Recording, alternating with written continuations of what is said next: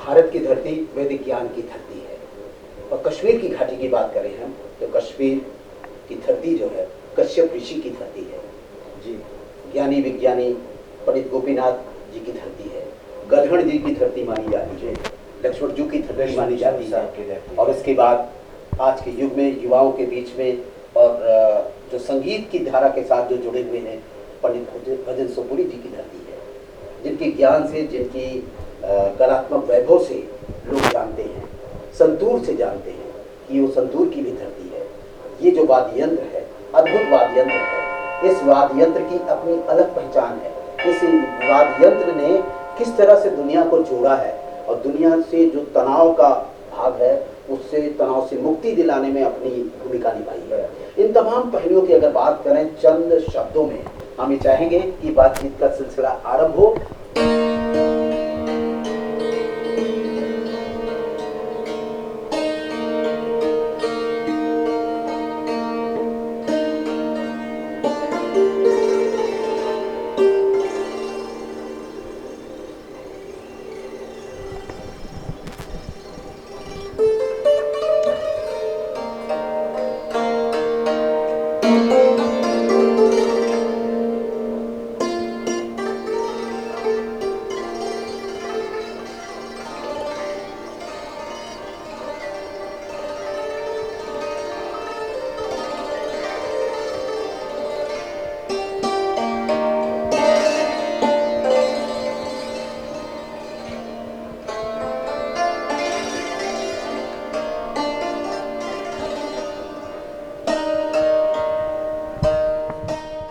मेरी नज़रों में और मेरी जो ज़िंदगी की एक एनालिसिस है संगीत की, चाहे वो इंडियन सिस्टम है, चाहे वो वर्ल्ड सिस्टम है, वो रीजनल म्यूज़िक हैं, जितनी भी शैलियाँ हैं, उसमें एक ही वाद्य यंत्र है सारे वर्ल्ड में जो, जिसे आप कहिए कि यंत्र आधारित है, वो यही वाद्य यंत्र है।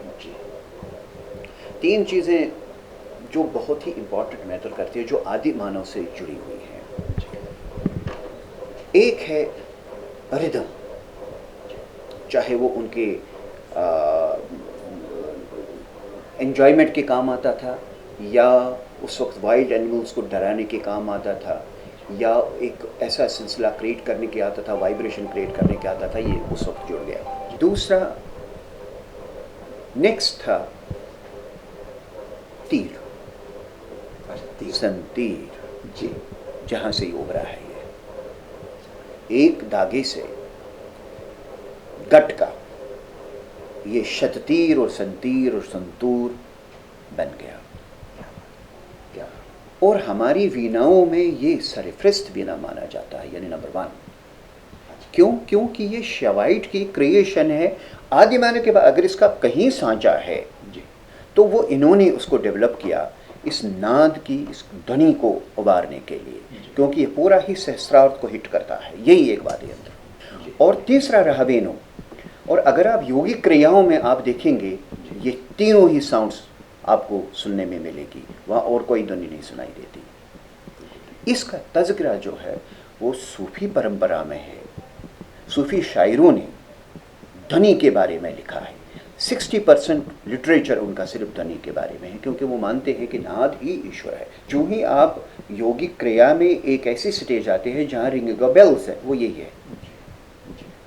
और ये शवाइट्स ने बड़ा सोच समझ के, यानी कश्मीरी कल्चर का इतिहास है ये। सिर्फ संतूर कश्मीर, जब आप संतूर कहेंगे तो दुनिया का कोई मैप आपके सामने, कोई स्टेट कंट्री नहीं आपके सामने आएगी, आपको सिर्फ कश्मीर सामने आएगा।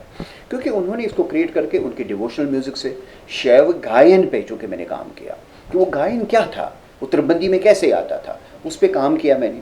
तो वो मेलोडीज़ कैसे बाद में डेवलप हो गई, त्रिबंदी से कैसे 4 में गया, 4 से फिर 5 में कैसे गया, 5 से 6 में कैसे गया, 6 के बाद ऑक्टेव्स में कैसे गए। क्योंकि लगभग कश्मीरी कल्चर में वर्ल्ड की हिस्ट्री में ऐसा आज तक कंट्रीब्यूशन नहीं हुआ। मेरे लगभग 4500 गाने हैं, ये मजाक नहीं है।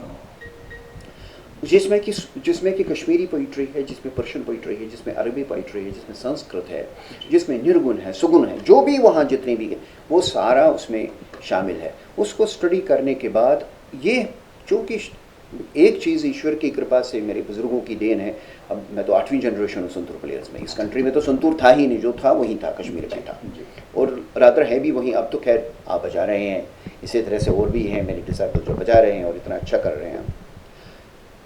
जो साज इनिशियली 25 ब्रिजेस का था,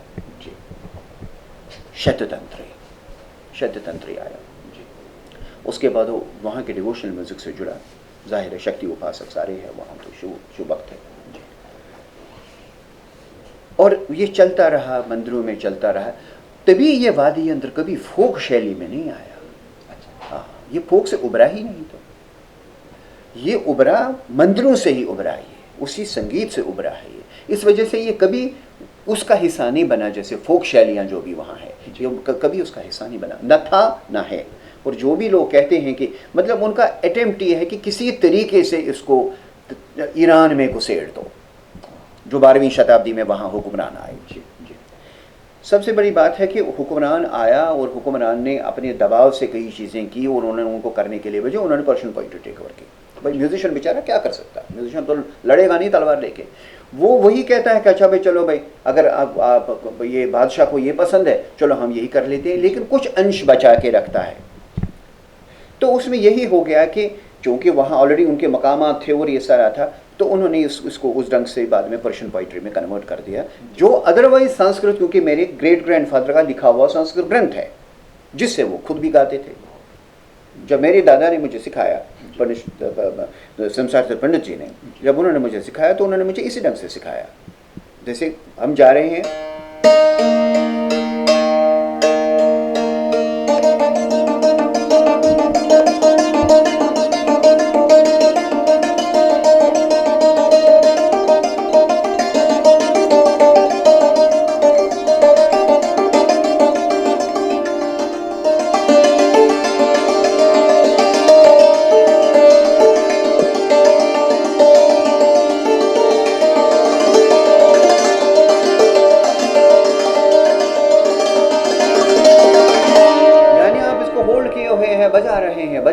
बजा रहे हैं और ये चलता जाएगा, इसे चलता जाएगा।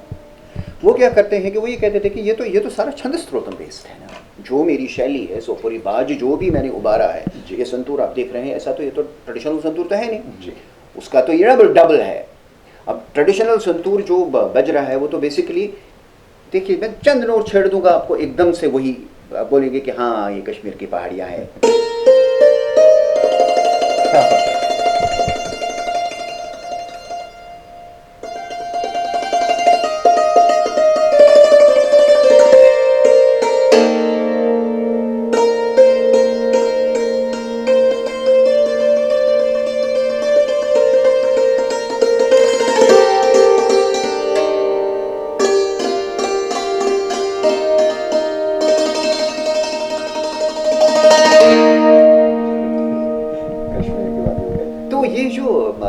जैसे हम इसको कहते हैं कि जो मैंने डेवलप बेसिकली किया वो तो ज़ीरो बम इफेक्ट था।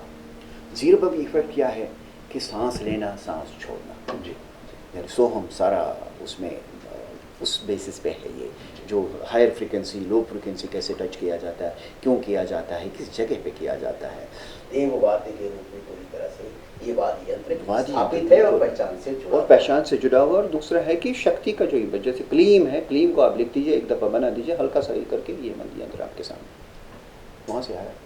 अच्छा, आपकी संतों की घाटी से जुड़े हैं, और संतों से जुड़ करके वहाँ उस घाटी में आपने वहाँ के तमाम वैमनस्य को खत्म करने के लिए, बाधा को दूर करने के लिए भी आपने कुछ काम किया। हाँ, बहुत काम जिलों में काम किया। जी हाँ।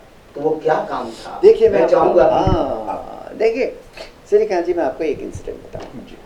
मेरे अगर 100 प्रोग्राम होते थे, छोटा था मैं तो ज़िंदगी मेरी शुरू हुई वो 5 साल की है, जो बच्चे बेचारे खेलते रहते हैं टॉयज़ के साथ। मैं परफॉर्म करने निकला, मैंने ईश्वर की दुआ, मतलब मेरा तो क्या है इसमें, तो वो तो सारे मेरे बुज़ुर्गों का है, मेरे फादर का है, और जिन्होंने मुझे ऐसा रचा और फिर बाकी पीरों फकीरों की दुआएं हैं। मैं तो उन्हीं की बदौलत, मैं अब अगर सर्वाइव भी कर रहा हूँ, जो काम भी मैंने किए हैं ये वही कर रहे हैं, मैं सिर्फ एक माध्यम हूँ, मैं तो खुद नहीं करता। इतना कौन कर सकेगा? अब 5,500 गाने मेरे हैं, किसने किए? किसी ने भी नहीं किए। कौन कर सकता? इतनी मेलोडीज कहाँ से आएंगी?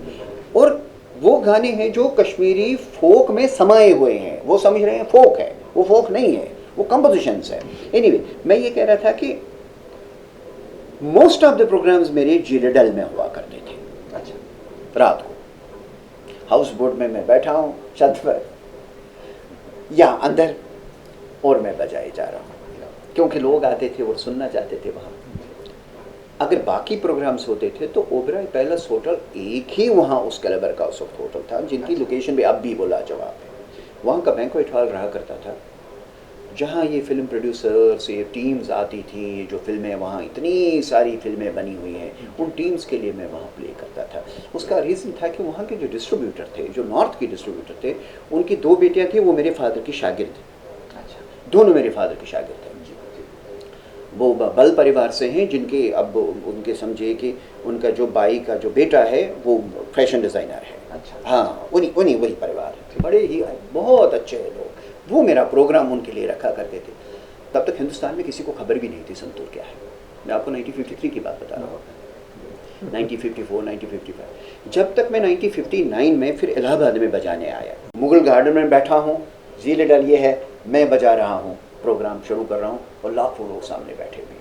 बख्शी गुलाम मोहम्मद के दौर में ये सारा ही चलता रहता था। मुझे लगता है कि जीलेडल ने जो ईश्वर की कृपा से मुझे ताकत दी, वक्त ये आया कि एक दफ़ा 1993, 93 में मैं नहीं जा पाया। 93 में मैं बजाने गया, जब मैंने पहला कॉन्सर्ट वहाँ किया, तूफ़ान मचा हुआ था, चारों ओर से ब्लास्ट और फायरिंग और रॉकेट लॉन्चिंग। मेरा कॉन्सर्ट, वो भी ईश्वर की कृपा, वही बुज़ुर्गों की दुआएं थी। अदरवाइज़ तो उस वक्त तो तूफ़ान ही था, वहाँ होना क्या था। लेकिन फिर भी पहली दफ़ा लोग घरों से निकले किसी अच्छे पर्पज़ से, वो था मेरे सुनने के लिए, उतनी मारदार में। 94 की मैं बात बता रहा हूँ। मैंने उनसे कहा कि ज़रा शाम को नहीं, दिन के 2-3 बजे ज़रा यहाँ ले चलेंगे डल में। ईश्वर गवाह है, वो एक ही बोट था उस वक्त और कोई नहीं, सुनसान और सन्नाटा। वो डल फिर मुझे वापस बुलाया और उस डल में मैं एक ही किश्ती में मैं बैठा हूँ, बाकी कोई नहीं। जून का, जबकि पीक सीजन होता है इसका विजिटर्स का, कोई नहीं था। और मेरा दूसरे दिन कॉन्सर्ट था, एक और जगह बजाना था। तो वो जो एक काम हुआ, वो जो साधना मेरी उसी डल के किनारे हुई या उसी जहलम के किनारे हुई, तो वही मुझे साथ दे गई कि मैं उस वक्त भी बजा पाया जबकि कोई जाता नहीं था। फ्लाइट एक हफ्ते में 1 दिन ऑपरेट करती थी, खाली जाती थी, वहाँ से लोग आते थे। 2 लेक मैं भी एक दफ़ा कॉन्सर्ट में चला गया 93 में। मैं, मेरा तबला प्लेयर, एकम्पनिस्ट और एक किसी डिपार्टमेंट के सेक्रेटरी थे। वो मुझे कहने लगे, पंडित जी आप कहाँ जा रहे हैं? मैं कहाँ नहीं जा रहा। और वहाँ क्या हालम था।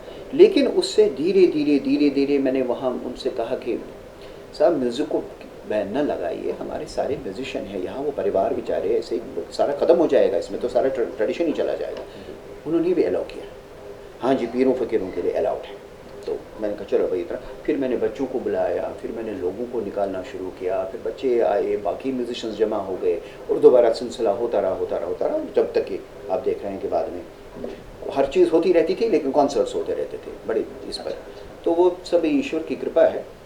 लेकिन उसमें मुझे लगता है कि जो दिल से उनके उस घाटी में रह के जो एक एनर्जी में हासिल कर पाया, तो वो आम पॉसिबल नहीं होता, वो वहीं की देन है। मुझे याद है एक इंसिडेंट में, बहुत साल में बहुत छोटा था, स्वामी लखन जो बहुत बड़े शिवाइट इस युग के, तो उन्होंने मुझे बुलाया। वो कहते थे, वो नहीं कहते थे संतूर वाले को बुलाओ, वो कहते थे वो शतंत्री वाले को बुलाओ। तो मैं चला जाता था बजाने के लिए, चलो जी। तो एक दफ़ा मैंने उनसे पूछा भी, मैंने कहा जी ये शतंत्री, छोटा ही था मैं कहा स्वामी जी, उनका दबदबा ऐसा था, पर्सनैलिटी ऐसी थी कि मैंने किसी डिसाइपल को बात करते नहीं देखा उनके सामने। खामोशी समोसा, मैं तो वैसे ही उथल पुथल वाला। तो मैंने कहा स्वामी जी आपने कहा ये शततंत्री, मैं तो संतूर बजाता, अरे तुम शततंत्री बजा दो, बात अब सुनो मेरी बात। तो मैंने कहा शततंत्री, बोला शततंत्री वाना है ये, और ये एक ही वाद्य यंत्र है, ये हमारी देन है, इसको याद रखना क्योंकि तुम्हें इसको बहुत आगे ले चलना है। तो उन्हीं की दुआ। इस शततंत्री ने ऐसे करिश्मे किए हैं कि जब ये बजता है, अगर प्रिजन में बजता है और वहाँ अलकायदा वाले और सारे बैठे हैं, आंसू आंसू एक बजवा लीजिए ना।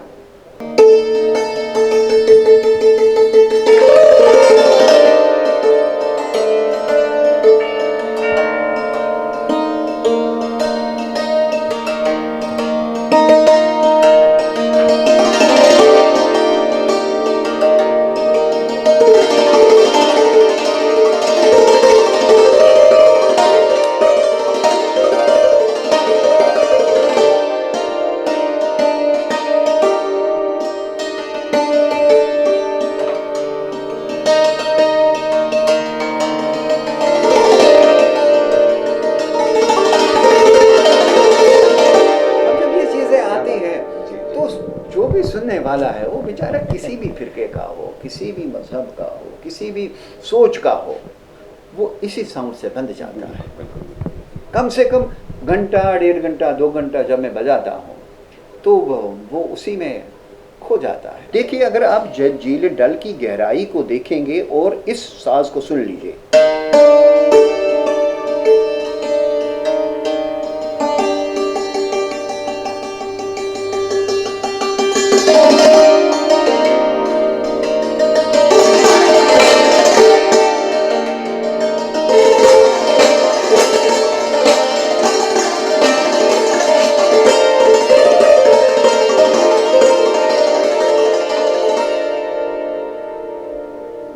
आप महर्षि जी के बारे में कुल मिलाकर के अपने दर्शकों को देश दुनिया में जहां भी बैठे हैं उनको क्या कहना चाहेंगे, अपने दर्शकों से किस तरह से अपील करना चाहेंगे?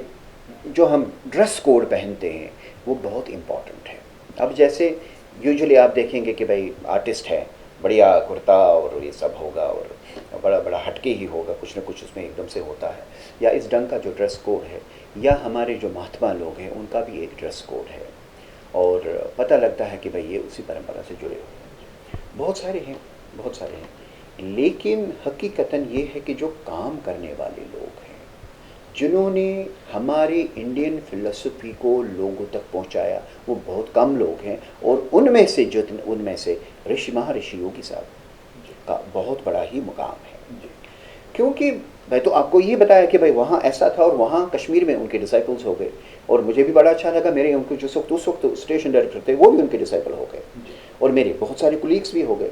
और उसके बाद जब मैं अमेरिका चला गया और कई जगह में जब बाकी भी जाता गया तो मैंने वहाँ ये सेंटर्स पे जब बजाना देखा कि भाई कैसे उन लोगों ने इसका यूटिलाइज़ किया हुआ है, कैसे ट्रांसेंडेंटल मेडिटेशन को लोगों तक, आम लोगों तक लाया गया उनकी प्यूरिफिकेशन के लिए। तो मैं तो यही कहूँगा कि सबसे कि ऐसी चीज़ों पे ही ध्यान दें, ऐसी चीज़ों को अपनाएं, ऐसी फिलॉसफी को अपनाएं, ऐसे जिसका भी ऋषि का जो भी थॉट हो, जो भी गाइडेंस हो, उन पे ज़रूर सोचें और अगर अच्छा लगेगा तो अपनाएं।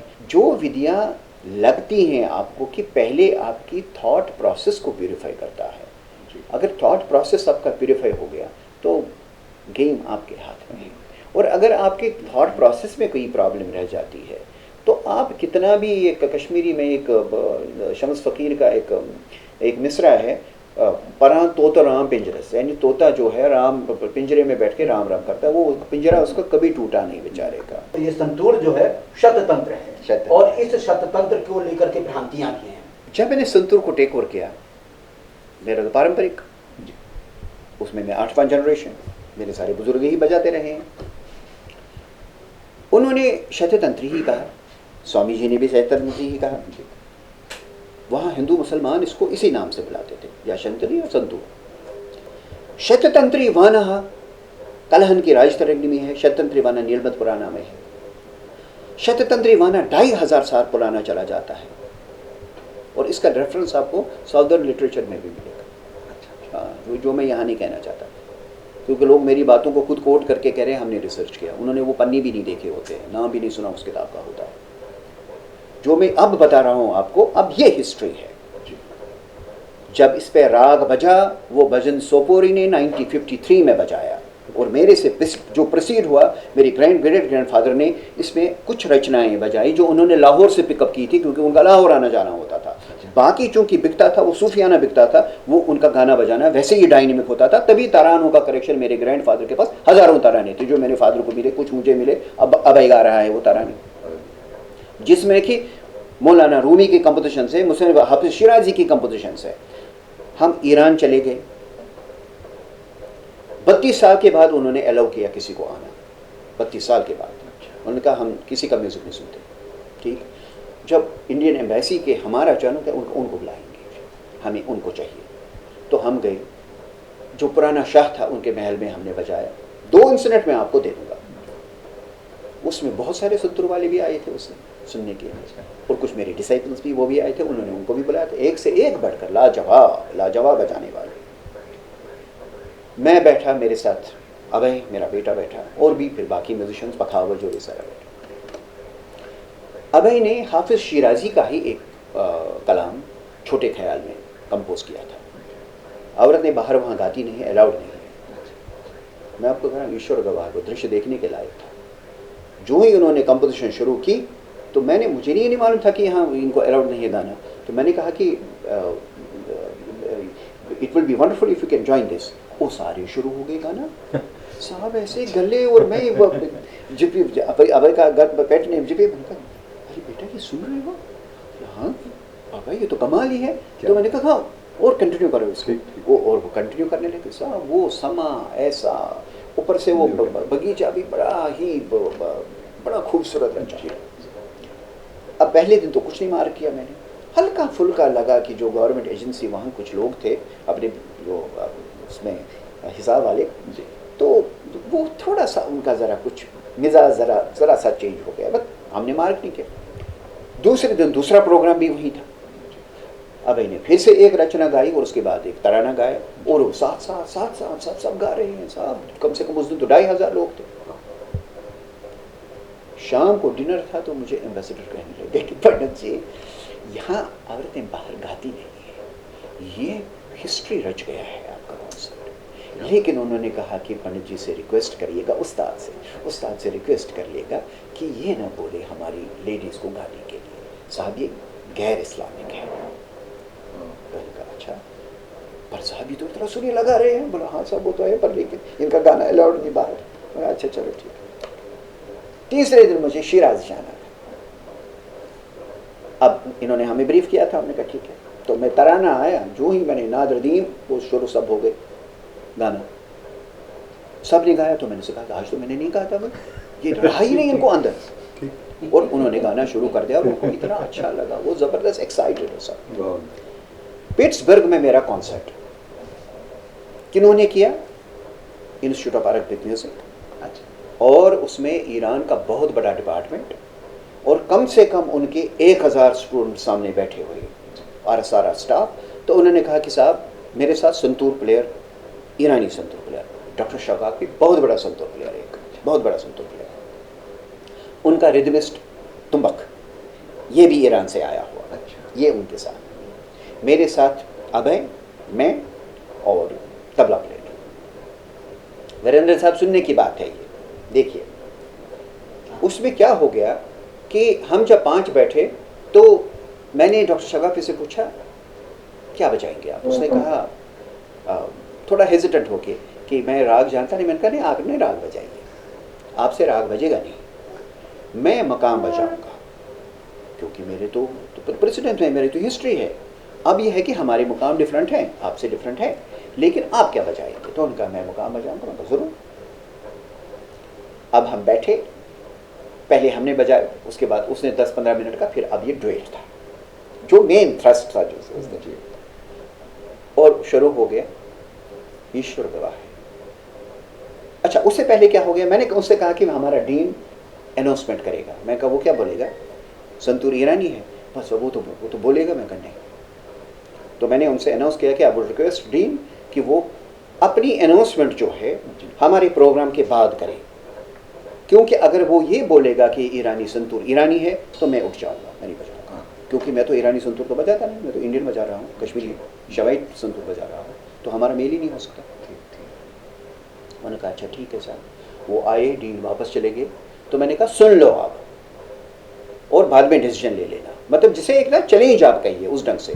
शगाफी हार्डली 10 मिनट संतूर बजाया और उसने रखा, बोला साहब अब आप ही बजाइए, और उसके रिदम के उसका रिकॉर्ड है जी। उसके बाद उनका जो तुंबक वाला रिदमिस्ट है वो मैं और अब हम बजाने लगे, लगभग आधा घंटा बजा, बंद किया। मैंने कहा आप करो अनाउंसमेंट, आओ, सिद्ध कर दिया आपने। मैंने कर दिया ना, मैंने कहा अब आओ। अब जब वो आया बेचारा परेशान होके और एक्साइटेड होके, तो उसने कहा कि हमें मालूम था कि संतूर ईरानी है, लेकिन आज मैं ये कह रहा हूँ कि जितना ईरानी है उससे ज़्यादा हिंदुस्तानी है। क्या ये रिकॉर्डेड है। शततंत्री वर्ड ही पुराना वैदिक वर्ड है, इतना पुराना। तो ये कैसे पॉसिबल है कि अगर 100 तार है वो ये है, और जैसे मैंने आपको बताया कि यंत्र की क्रिएशन है वो ये है। भाई साहब इस तरह से इसकी बैठक है, मैंने आसन इसका क्रिएट किया हुआ है और इस तरह से साउंड हिट होती है वो ये है। मैंने आपसे कहा कि योगी क्रिया में साहब ये साउंड है, आप सुन रहे हो, या जिनसे भी आप पूछो जिन्होंने क्रिया की होगी वो बोलेंगे साहब हाँ साहब यही साउंड है। और मैं आपको एक चीज़ बता दूँ कि सेलेशियल साउंड्स में अगर डोमिनेटिंग साउंड है वो इस तंत्र की साउंड, इससे मिलती जुलती साउंड है, इससे मिलता जुलता वाइब्रोफोन साउंड है। जो सेलेशियल साउंड जब भी आती है, जब कॉस्मिक आपको डिपिक्ट करना होता है, वो वायलिन्स नहीं आते, वहाँ सितार सरोद और ये सारे नहीं आते, वहाँ वाइब्रोज आते हैं। तो ये साउंड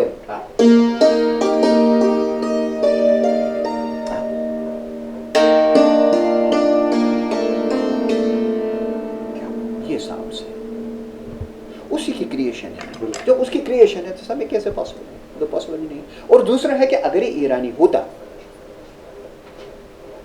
तो कम से कम इसके तो फिर नज़दीक उसके तो ये तार भी तो कहीं होनी चाहिए थे ना, ये सिस्टम तो कहीं होना चाहिए था। ऐसा है ही नहीं मेरे पास, तो ऐसा नहीं। वो जो बजा रहे हैं बिल्कुल डिफरेंट है, उनका वाद्य यंत्र भी छोटा है, उसकी डिज़ाइनिंग भी ऑलमोस्ट बड़ी डिफरेंट है। एक और चीज़ मैं बताऊंगा, इतना पोर्शन देखिए, ये नाग की रचना है। नागा जो कश्मीरी थे